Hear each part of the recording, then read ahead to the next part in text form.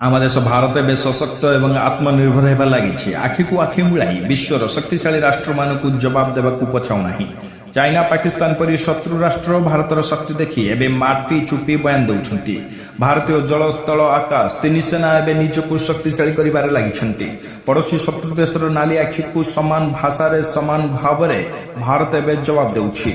आज आम आलोचना करबा भारतीय वायुसेनार स्वदेशी युद्ध विमान तेजस संपर्क में। देश बनाउछि स्वदेशी मल्टी रोल युद्ध विमान तेजस। विमान नुआ भर्सन तेजस मार्क 2 आसंता वर्ष अर्थात 2023 रे विमान परीक्षण हेबार संभावना रही। तेजस मार्क 2 युद्ध विमान शक्तिशाली इंजिन सहित अधिक मारक क्षमता रहिबो। तेजस मार्क 2 विमान पंचम पीढ़ीर युद्ध विमान हेबो। इलेक्ट्रोनिक युद्ध प्रणाली एवं अनेक उन्नत अत्याधुनिक सिस्टम विमान रे खंजा जिवो।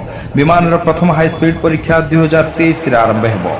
2026-2027 रे उत्पादन आरंभ करने हाल आशा रखी। आपण माने जानिछंती तेजस मार्क 1 पूर्व भारतीय वायुसेना रे शामिल होई सारिछि। अन्यपटे तेजस को किनिबाकू मालयेशिया भली राष्ट्र इच्छा प्रकाश करिसंती।